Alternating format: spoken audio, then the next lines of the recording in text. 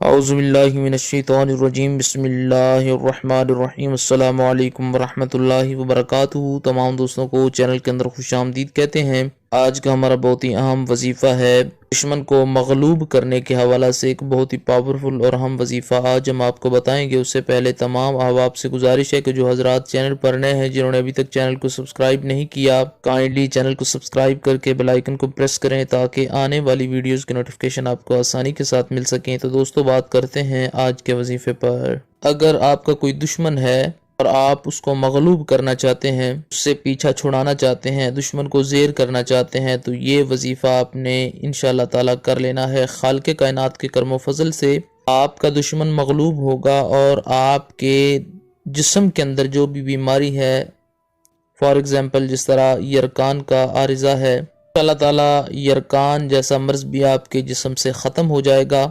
جس طریقہ کار سے یہ وظیفہ بتایا جائے اسی طریقہ کار سے آپ نے کرنا ہے، آپ کے جسم میں موجود ہر بیماری بھی ختم ہو جائے گی۔ اگر کوئی دشمن ہوا تو انشاءاللہ تعالی وہ دشمن بھی مغلوب ہو جائے گا۔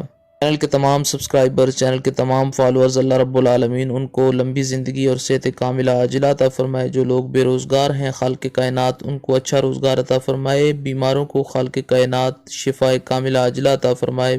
بے اولادوں کو اللہ رب العالمین اولاد صالح عطا فرمائے۔